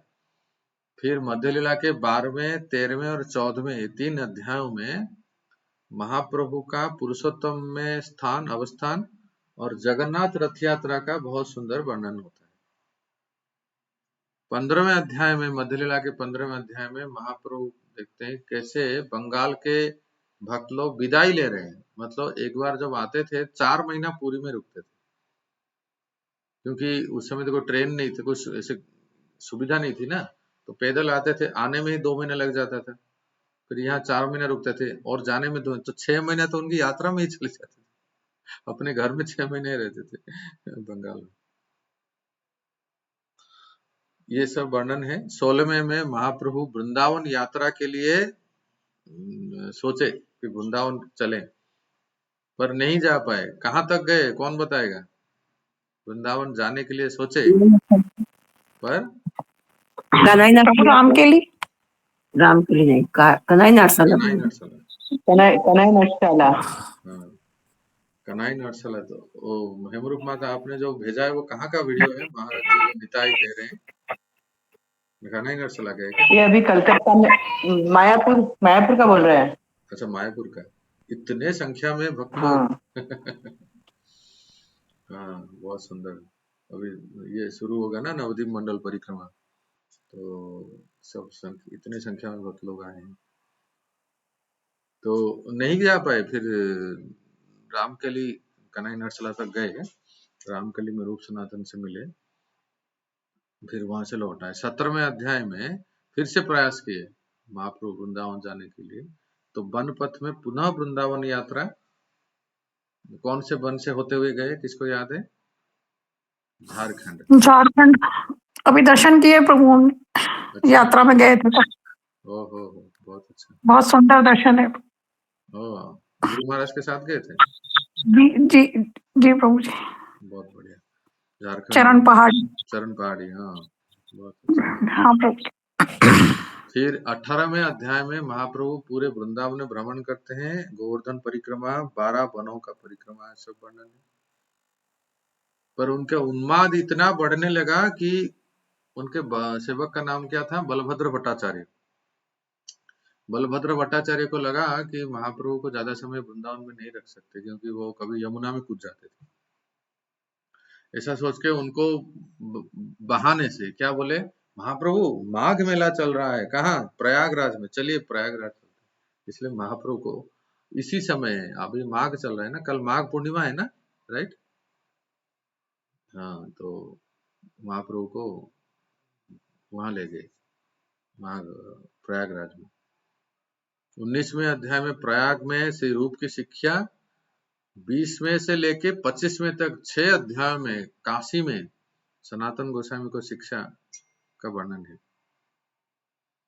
प्रसंग 20वें और 21वें में संबंध ज्ञान इत्यादि सब।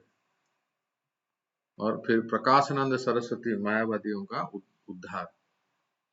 फिर शुरू हो जाता है अंत्यलीला। सुनिए, अंत्यलीला के पहले अध्याय में श्री रूप गोस्वामी दूसरी बार पुरी आते हैं महाप्रभु से मिलने के लिए।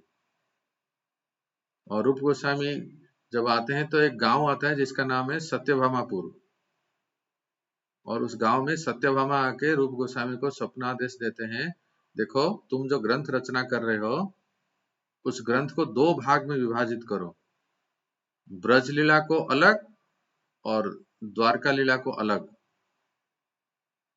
तो इस तरह से विदग्ध माधव और ललित माधव, ये 2 ग्रंथों की रचना रूप गोस्वामी पाद ने की थी,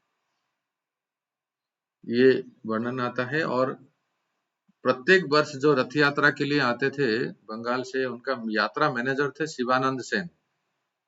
तो शिवानंद सेन इस बार यात्रा में आते समय उनके साथ एक कुत्ते का वर्णन आ रहा है, सुने कभी कथा में? वो कुत्ते की कथा उसमें है अंत्यलीला के पहले अध्याय में। दूसरे अध्याय में छोटे हरिदास के प्रसंग में कैसे स्त्रियों से साधकों को सावधान रहना है, आदर भाव रखना है, इसका वर्णन करते हैं। तीसरे अध्याय में ठाकुर हरिदास की महिमा, नाम महिमा और दामोदर पंडित का वर्णन है। चौथे अध्याय में श्री सनातन गोस्वामी के साथ फिर से महाप्रभु का द्वितीय मिलन। 5वें में प्रद्युम्न मिश्र का रामानंद राय के संग, क्योंकि रामानंद राय देवदासियों को श्रृंगार करके उनको जगन्नाथ मंदिर में नचाते थे गीत गोविंद गा के। ये प्रद्युम्न मिश्र का वर्णन है। और बंगाल के कवि की तत्व भ्रांति होती है। अंत्यलीला के 6ठे अध्याय में दास गोस्वामी की कथा और महोत्सव, कौन सा महोत्सव? चिड़ा दही महोत्सव, ये वर्णन है। 7वें में एक बार बल्लभ भट्ट, जिसको आप कहते हैं बल्लवाचार्य, ये जो बल्लवाचार्य हम जो आज प्रसिद्ध सुनते हैं, जो गुजरातियों में विशेष करके पुष्टि मार्ग में, ये विठलनाथ गोसाई है। हम लोग प्राय तो सुनते हैं ना, आप कहीं भी जाएंगे तो बल्लवाचार्य, महाप्रभु बल्लवाचार्य की बैठक, महाप्रभु की बैठक जो लिखा रहते हैं वो महाप्रभु बल्लवाचार्य। तो ये विठलनाथ जी की है। इनके पिता थे बल्लभ भट्ट, पर बाद में विठलनाथ जी बहुत प्रसिद्ध हो गए बल्लवाचार्य के नाम पर। तो इनका मिलन, बल्लभ भट्ट आते हैं महाप्रभु से मिलने के लिए। 8वें अध्याय में वर्णन है कि महाप्रभु के गुरु के एक गुरु भाई हैं जो महाप्रभु को बहुत निंदा करते थे, छोटी छोटी बातों में निंदा करते थे, जिनका नाम था रामचंद्रपुरी। तो रामचंद्रपुरी के कटाक्ष से महाप्रभु अपना भोजन को आधा कर दिए थे। ये संकोच में ये वर्णन है। क्या हुआ रोहिणी माता, सावधान रहिए। नौवें अध्याय में, अंत्यलीला के 9वें अध्याय में बहुत सुंदर प्रसंग है जो हम पढ़ेंगे सुनेंगे। वो ये है कि कैसे गृहस्थों के ऊपर महाप्रभु की कृपा से कोई रामानंद राय के जो 5 भाई थे, कुल मिला के 5 भाई रामानंद राय थे, तो वाणीनाथ पटनायक और गोपीनाथ पटनायक जो हैं उनका वर्णन है, जहां प्रताप रुद्र महाराज के पुत्र बड़ा जाना जो कहते हैं वो उनको दंड दे दिए थे, इसका सुंदर वर्णन है। और उसमें मुझे वो प्रसंग इतना अच्छा लगता है कि कोई कहते हैं ना महाप्रभु कैसे निर्दय हो जाते हैं। वो कहते हैं कि वो जब राजा का टैक्स ले रहा था तो मुझे पूछ के ले रहा था क्या, अब मैं आप लोग आके मुझे बार बार परेशान मत कीजिए कि आपका भक्त को सूली पे चढ़ा रहे, मैं यहाँ से अल्लाह रात चला जाऊंगा, आप लोग बात बात ऐसे परेशान कर। पर उस प्रसंग में इतना सुंदर महाप्रभु उसको बचाते हैं और पूरा धन धान्य भी देते हैं। इसका अर्थ है कि कोई भी किसी भी भाव से अगर महाप्रभु को भजे, एक भाई रामानंद राय जो निष्किंचन है और दूसरा भाई जो वाणीनाथ है वो उस सकाम भाव से है, उसको भी महाप्रभु कृपा करते हैं। बहुत सुंदर। तो ये होने के बाद 10वें अध्याय में राघव पंडित की रसोई। कौन कहता है कि वैष्णव लोग भोजन नहीं करते हैं ढंग से ये मार्ग तपस्या का मार्ग नहीं है, बस एकादशी के दिन कर दिए बहुत हो गया, नित्यानंद त्रयोदशी का आधा दिन कर लेते हैं, बाकी समय तो इतना प्रसाद का वर्णन है चैतन्य चरितामृत में। प्रसाद के वर्णन में ही एक अध्याय पूरा है, जिसको मैं कह रहा हूँ 10वें अध्याय में राघव पंडित की रसोई, राघव है झाली। क्योंकि पता है आपको महाप्रभु अपने प्रकट काल में एक साथ पुरी में रहते हुए भी 4 स्थानों में प्रकट होते थे। वो कौन कौन से बताओ? सची माता के आंगन में, नित्यानंद जी के नृत्य में, सची माता के मंदिर में और श्रीवास आंगन में और राघव पंडित भवन में। राघव भवन है, नित्यानंद है क्या, और श्रीवास के आंगन है, और सची माता के रंधन में, नित्यानंद के नर्तन में, नाच में, यानी नृत्य करते थे नित्यानंद, उसमें महाप्रभु प्रकट रहते थे। और श्रीवास के आंगन में। तो एक साथ 4 समय में पुरी में रहते हुए भी वो चारों स्थान में प्रकट होते थे, पर ये किसी और को पता नहीं चलता था, इन्हीं को ही पता चलता था। फिर महाप्रभु ने एक बार गोविंद की परीक्षा ली, ये कथा सुने हैं? वो जो लेट गए थे, सेवक कैसे होते हैं, तो सेवक की परीक्षा का वर्णन है उसमें हम सुनेंगे। और नृत्य, और 11वें अध्याय में हरिदास ठाकुर का महाप्रयाण, ये वर्णन है। फिर 12वें अध्याय में एक बार जगदानंद पंडित एक सुंदर सुगंधित तेल लेके आए थे महाप्रभु को मालिश करने के लिए। महाप्रभु ने मना कर दिया तो इतने गुस्सा हो गए, इतने क्रोध हो गए, उसको पटक दिए। आखिर ऐसा क्यों? क्योंकि वो सत्यभामा है ना, उनका वाम भाव है, लेफ्ट विंग है, वाम भाव है, मान करते थे, तो वो वर्णन है। फिर नित्यानंद प्रभु ने एक बार कृपा की शिवानंद सेन के ऊपर, कैसे कृपा की? लात मार के छाती के ऊपर एक धमाक। हम लोग को तो मतलब सुनने से ही ऐसा होता है कि कैसे, पर यही तो कृपा है। आश्चर्य लगता है ना, कोई कुछ बोल देता है तो हमें सहन नहीं होता है। शिवानंद सेन के ऊपर छाती के ऊपर लात मार दिया नित्यानंद को, और उनको तो लगा कि भृगु जी का चरण चिन्ह की तरह शिवानंद सेन नित्यानंद के चरण को रख दिया। 13वें अध्याय में जगदानंद एक बार वृंदावन की यात्रा की, तो महाप्रभु उनको शिक्षा दिए वृंदावन जाएंगे तो किसके साथ मिलेंगे और कैसे रुकेंगे। फिर एक देवदासी सुंदर कीर्तन कर रही थी, गीत गा रही थी, तो महाप्रभु सोचे कि इतना सुंदर गीत, तो गोविंद ने महाप्रभु को बचाया कि महाप्रभु वो एक स्त्री है। तो महाप्रभु ने कहा, गोविंद तुमने आज मुझे बचा लिया, नहीं तो मैं प्राण त्याग देता। ये इन सुंदर लीलाओं का वर्णन। इसके बाद रघुनाथ भट्ट गोस्वामी का एंट्री होता है सीन में। रघुनाथ भट्ट गोस्वामी किनके पुत्र हैं रोहिणी माता? उनका थोड़ा परिचय दीजिए। गोपाल भट्ट तपन मिश्र के पुत्र हैं, जो काशी में रहते थे, है ना? और महाप्रभु ने दोनों को कहा था, रघुनाथ भट्ट और गोपाल भट्ट को, माता पिता जिनके माता पिता भक्त हैं उनको, उनके पुत्रों को माता पिता की सेवा करना चाहिए। और जैसे ही वो माता पिता वो वृद्ध हो जाते हैं, फिर दिवंगत हो जाते हैं, तो फुल टाइम ज्वाइन कर लेना चाहिए। यही बोले थे ना? Yes.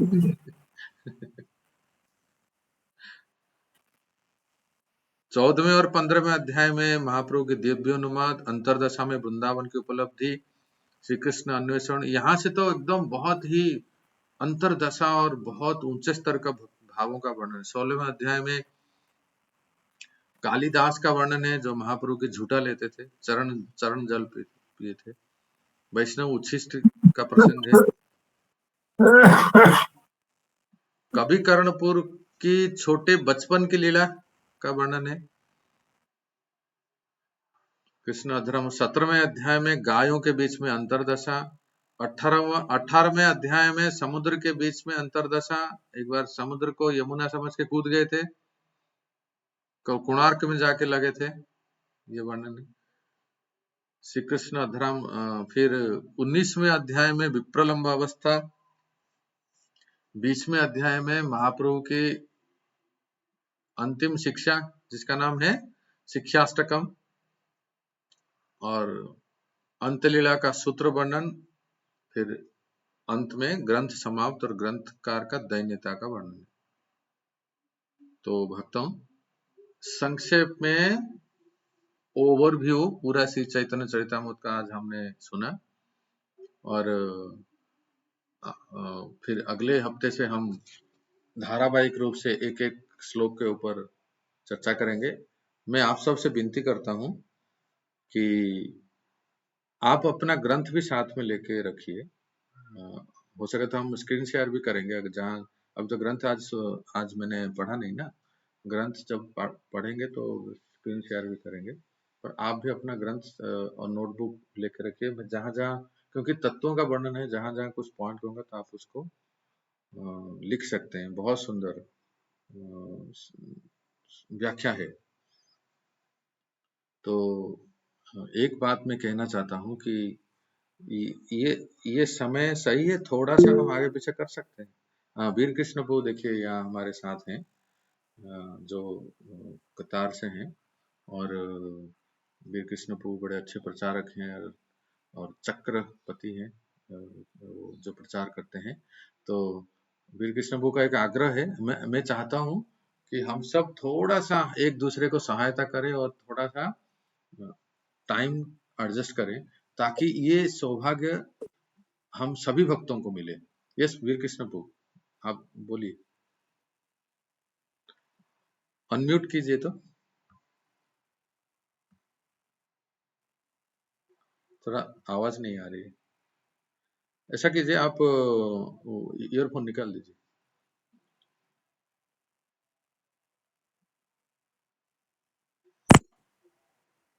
एक मिनट,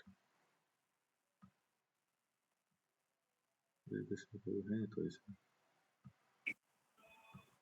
हरे कृष्णा प्रभु जी, फोन में से आपको अनप्लग करना होगा ईयरफोन, वो जब तक उसमें इंटैक्ट। हाँ जी, फोन से अनप्लग कर दीजिए अपना ईयरफोन को। अनप्लग कर दिया प्रभु आपने? हाँ, अनप्लग तो कर दिए हैं, फिर क्या हुआ? और एक बार सेटिंग।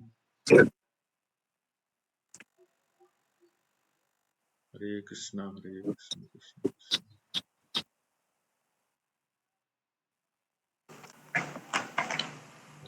नीचे माइक का साइन बना हुआ है इसमें सबकी फोटोज के नीचे ही माइक का साइन बना हुआ है, उस पे क्लिक कर दीजिए। नहीं, प्रभु जी अनम्यूट है लेकिन उनकी आवाज नहीं आ रही है। कई बार ना सेटिंग्स पे म्यूट कर प्रभु जी आप लीव करके मीटिंग फिर से ज्वाइन करिए। हाँ, ये हो सकता है।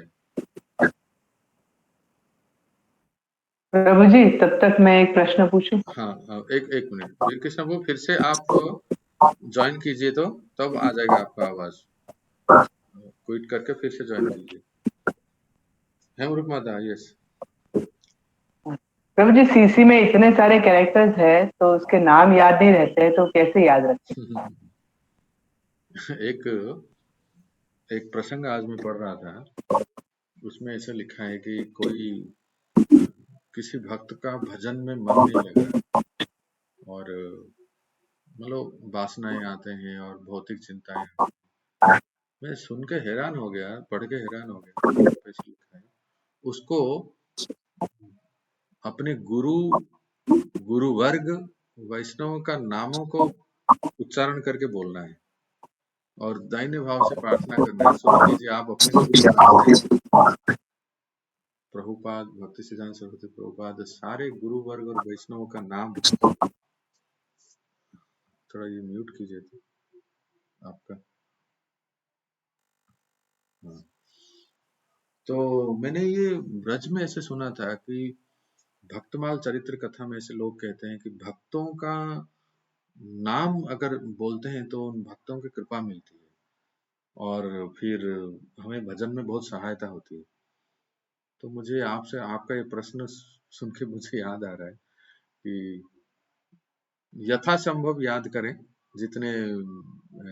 अभी हम जो पढ़ेंगे ना, जो मैंने कहा कि आदि लीला में ही जो शाखा प्रशाखा इन सब अध्याय में, और एक बात हमें ध्यान देना है, एक विशेषता है चैतन्य चरितामृत में, एक नाम पे कई चरित्र हैं, कई लोग हैं। जैसे कोई उदाहरण बताइए।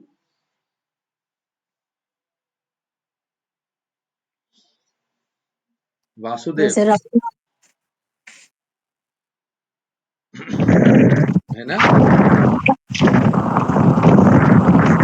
वासुदेव विप्र भी है और एक है वासुदेव जो पोस्ट हो गया था जिनको, और एक है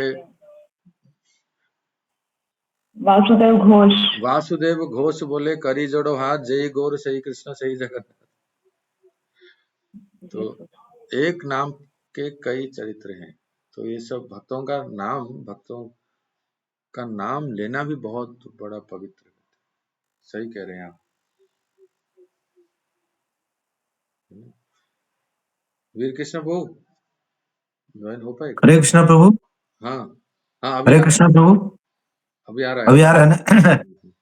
ये सबको मेरा रिक्वेस्ट है, only half an hour delay कर सकते हैं क्या?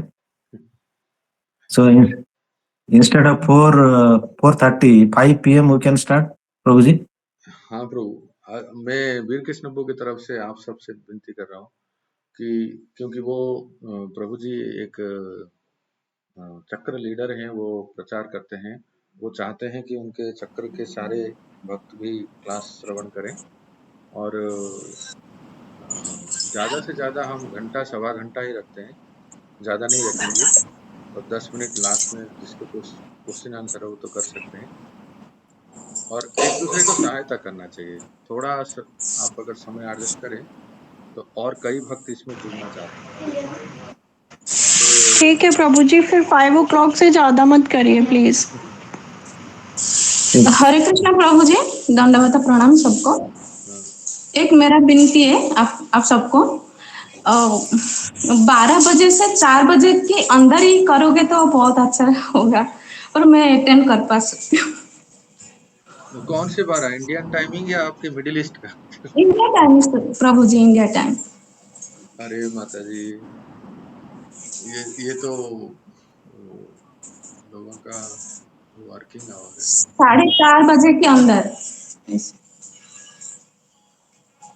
नहीं प्रभु जी, ऐसा कोई बात नहीं। जब एक वरिष्ठ चक्रपति है, वो उनका इच्छा है तो हम लोग को थोड़ा एडजस्ट करना चाहिए। आप किसी माता जी या किसी प्रभु जी से आप गाइड कर ले सकते हैं, आगे पीछे हम लोग लेक्चर सुन सकते हैं, जैसे अगर किसी को टाइम का प्रॉब्लम है तो। 5 बजे से करने दीजिए, मेरा रिक्वेस्ट है। प्रधान माता जी 5 to 6:15 प्रभु जी सही है टाइम। हाँ 5 to 6:15 ये सही है इन IST, मिडिल ईस्ट के डिवोटी भी। जी प्रभु जी 5 to 6:15 इज ओके। और फिर अगर आगे जैसे देखते हैं, अगर समय मिला या इंटरेस्टिंग लग रहा है और भी कुछ है तो फिर मेरा मेरा मेरा आप सबसे इच्छा जानते हैं क्या? मेरी इच्छा है इसके साथ साथ कुछ भक्ति के और गूढ़ तत्वों को भी मैं बताना चाहता हूँ, जो कि हो सकता है कि ये तो बहुत लंबा चलेगा, ये चलने दीजिए जैसा। पर जैसे कहते हैं ना, प्रभुपाद जी ने कम समय में चैतन्य चैतामृत दे दिया। कबीरदास गोस्वामी ने अपने थोड़ा म्यूट कीजिए तो, हाँ, लेट आयु में उन्होंने चैतन्य चैतामृत को दिया। तो मैं चाहता हूँ हम जो आप सब से जुड़े हैं इस श्रृंखला में कुछ आगे जाके इसे समय निकालेंगे, कुछ सेमिनार नहीं तो और एक डे कुछ 1 घंटा रखते हैं, जिसमें मैं हम लोग ये चर्चा करेंगे कि वैदिक भक्ति और रागानुगा भक्ति क्या है, और रागानुगा भक्ति क्या इस्कॉन में रह के प्रैक्टिस कर सकते हैं, क्योंकि रागानुगा भक्ति के अभ्यास से ही हम गोलोक वृंदावन चाहते हैं। क्या क्या पद्धतियों को पालन करें जिसे हम रागानुगा भक्ति भी कर सकते हैं, और जिसके द्वारा हम अपने लक्ष्य गोलोक वृंदावन धाम को प्राप्त कर सकते हैं। इसके लिए क्या क्या स्टेप्स चाहिए, जो कि विश्वनाथ चक्रवर्ती पाद ने बहुत सुंदर वर्णन किया है। क्या आप लोग सुनना चाहते हैं? हरि बोल प्रभु जी। इसको भी हफ्ते में किसी एक दिन देखते हैं, ऐसे दिन में कभी, जैसे कोई भी डे टाइम में, छुट्टियों में 1 घंटा ही काफी है।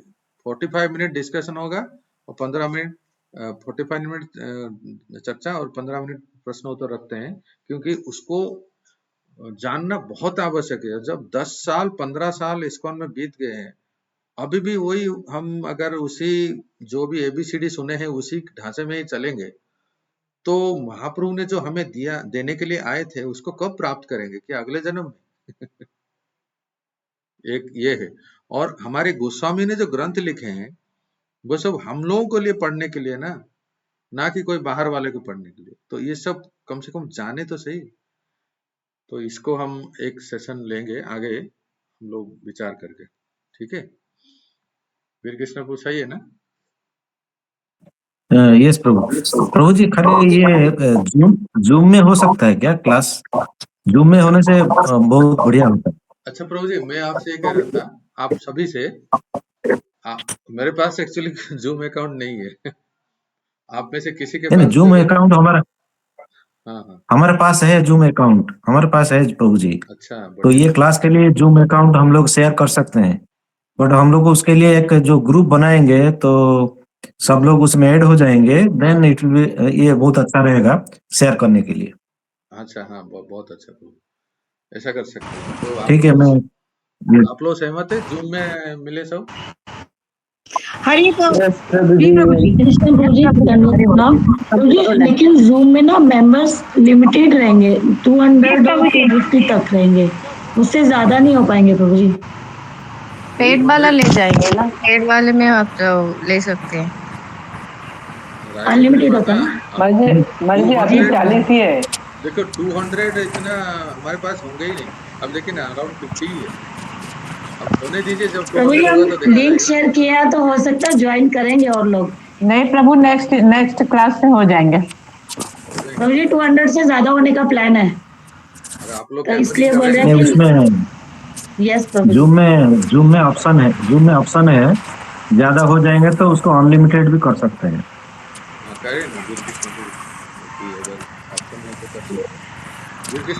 और हरे उस लेक्चर को YouTube में हम लोग अपलोड कर सकते हैं,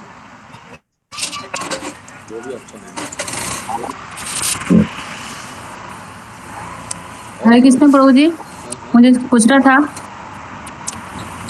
हरि बोल। हाँ, मैं सुन रहा हूँ। एक मिनट माता, वो आपने क्या तुमको विजय माता को पूछ रहे थे? नहीं, मैं कांतना आदरानी माता जी बोल रही हूँ। और मेरे पास अभी चैतन्य चरितमृत का ग्रंथ लिए हम अभी कुछ दिन पहले, तो उसमें 4 वॉल्यूम आया है। बंगाली में? यस, बंगाली में है। हाँ, बंगाली में प्रभु जी। सब मिला के 4 बोलो। हाँ, मैं फोटो दिखाती हूँ, फोटो आएगा। नहीं तो सब आदि लीला, मध्य लीला, अंत हरे लीला। कृष्ण प्रभु जी, मेरा भी 4 वॉल्यूम है, हिंदी में है मेरा। सबके ही 8 4 मतलब आदि लीला 1 है, मध्य लीला 2 है और अंत लीला 1 है, मिला के 4 है। इतना छोटा कैसे? क्योंकि तूने नया प्रिंट किया है क्या? मैं अभी कुछ दिन पहले ही लिया, तो इसको नासिक से तो मुझे 4 ही मिला है। ठीक है, देखते हैं। आप एक बार देखिए टोटल अध्याय संख्या 62 है क्या? जैसे आगम अच्छा, वो मालूम नहीं था, तो मैं चेक करूंगी। हाँ, पूरा देखिए। प्रभु जी, क्या हम पीडीएफ शेयर कर सकते हैं? हाँ, पीडीएफ शेयर कर सकते हैं। ये आप ठीक है प्रभु जी, चैट में हम लोग पीडीएफ शेयर कर देंगे, तो सब ओपन करके देख लेंगे। जी। तो अभी ऐसा करते हैं कि ओमकारेश्वर को और वीर कृष्ण को और मैं तीनों मिलके एक ग्रुप बनाते हैं और उसमें सबको ऐड करते हैं और बाकी सब जो भी नए आएंगे उन सबको हरे कृष्ण प्रभु जी। हरे कृष्णा। बोलिए। हाँ प्रभु जी, हाँ जी, एक रिक्वेस्ट है, अगर कोई बहुत अच्छा इसके ऊपर चार्ट बना सके, जैसे आज मैं ट्रैवलिंग में हूँ तो मैं नोट्स नहीं कर पाई, तो अगर कोई चार्ट बना सके, जैसे ये है, ये लीला ये, तो और वो भी शेयर किया जाए तो याद करने में इजी हो जाएगा। ठीक है। तो मेरे मन में एक विचार है कि एक ऑप्शन ये है ना, मैं अपना एक पैड लेता हूँ, ऑनलाइन मंगा लेता हूँ, इसमें मैं यहाँ लिखते जाऊंगा, वो स्क्रीन पे आ जाएगा। मैंने यहाँ काम कभी नहीं कभी लिखना नहीं है, ऐसा मुझे पता नहीं है। जो टीचर पढ़ाते हैं, मैंने देखा है ऑनलाइन क्लास में, ये क्या कहते हैं मुझे ध्यान नहीं, वो पैड जैसा एक रहता है, मैं यहाँ but Prabhu ji, notepad आता है वो, तो आपके स्क्रीन पे वो आ जाएगा, तो आप उसको। प्रभु जी, हाँ, बोलिए। प्रभु जी, एक बार जूम में क्लास होगा ना, तो जूम में जो रिकॉर्डिंग करके हम दोबारा उसमें ग्रुप में डाल देंगे, तो जो मिस किया है वो फिर दोबारा सुन सकते हैं। वो यूट्यूब में भी चला जाएगा, इसमें भी चला जाएगा, आप मुझे सब जाएगा। हाँ, यूट्यूब ऐसा आप स्वतंत्र हैं, आप जैसा चाहें। नोटपैड पे वो लिखना वो अच्छा, नोटपैड आता है। यस प्रभु जी, नोटपैड उसको एनोटेशन कुछ बोलते हैं शायद, एनोटेशन। यस। अच्छा, एनोटेशन कहते हैं। नहीं, अगर शॉप पे जाएंगे नोटपैड ही बोलेंगे, लैपटॉप में कनेक्ट करने के लिए, तो वो दे देंगे। नोटपैड कहते हैं। यस प्रभु जी। मैं देखा कन्हैया कृष्ण को यूज करते हैं संस्कृत पढ़ाते समय, और भी काफी वक्त यूज करते हैं, वो अच्छा रहता है। वो पूरा स्क्रीन पे आ जाता है ना, मैं जो नोट बनाऊं यहाँ पॉइंट वाइज, वो आप लोग देख सकते हैं, फिर आप भी ऐसे बना सकते हैं और वो रिकॉर्ड हो जाएगा, है ना। रुक्मिणी वालों को आप मुझे वो लिंक शेयर कीजिए, नोटपैड क्या कहते हैं। आप में से कोई भक्त इस गरीब को दान दक्षिणा दे देंगे हो जाएगा, ब्रजवासियों के सेवा में सब कुछ। ठीक है, तुंगा विद्या माता ही शेयर करिए, वो ही कह रही थी ना नोटपैड, उनको नोट चाहिए, तो हम कल से अगली बार से नोट बनाएंगे पॉइंट वाइज, तो आपको फिर आसान हो जाएगा, कभी मिस हो जाए तो नोट कर सकते। ठीक है, तो अभी और प्रभु जी, दूसरा एक ऑप्शन ये भी है कि आप नोटबुक में जो नोट्स बनाते हैं उसी को शेयर कर दीजिए फोटो निकाल के। हाँ, ये भी है, पर ऐसे नोट कर देंगे, नोटपैड में नोट लिख देंगे तो आपको शेयर, वो आप भी लिख सकते हैं। आप भी थोड़ा मेहनत करेंगे ना, हम ही सब करेंगे तो प्रभुपाद जी ने पूरा डिश तैयार कर दिया था, फिर उसको हम लोग नहीं खा रहे हैं, फिर प्रभु जी और तैयार कर देंगे, फिर भी हम लोग अगर ऐसे ही रहेंगे, मेरा तो यही हाल है प्रभु जी। मैं तो नोट्स नहीं बना पाती हूँ, बस जो कुछ उल्टा कुछ सीधा ऐसे बोलती हूँ बस। वास्तव में आप सबको सही कह रहा हूँ, अगली बार से जो शुरू होगा ना, वंदे गुरुन ईश भक्तान ईशान ईशाव, उसमें बहुत सारा पॉइंट है, एक एक पॉइंट में पूरा ऐसे नोट करूंगा। अगले हफ्ते से पहले मैं नोट पैड ले आता हूँ, ताकि आप सब अपनी नोटबुक पेन में भी लिखते जाओ, वो अच्छा रहेगा। ठीक है, तो हम लोग अभी ग्रुप बनाते हैं एक, फिर सब लोग ऐड होते हैं, तो जूम ठीक रहेगा, है ना? सब लोग मानते हैं ना? उसमें वीर कृष्ण का जूम आईडी है, उसमें हम लोग से ऐड, तो IST 5 PM करते हैं, बस 1 आवर and 10 minutes डिस्कशन। हरे कृष्णा। श्रील हरे प्रभुपाद कृष्णा प्रभु जी। की जय। हरे कृष्णा हरे कृष्णा। हरे कृष्णा। ओमकारेश्वर को हरे मुझे कॉल कीजिए बाद में। हरे कृष्ण।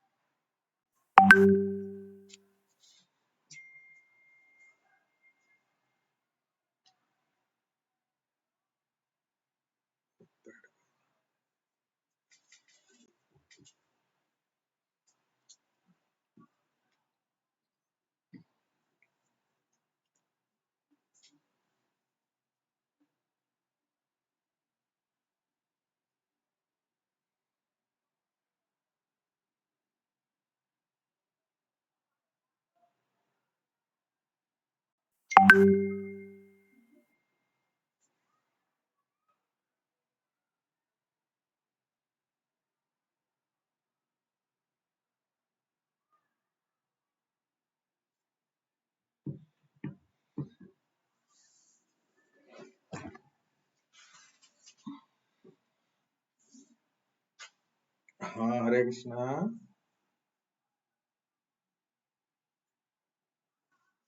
अच्छा, पूछ रहे हैं क्या?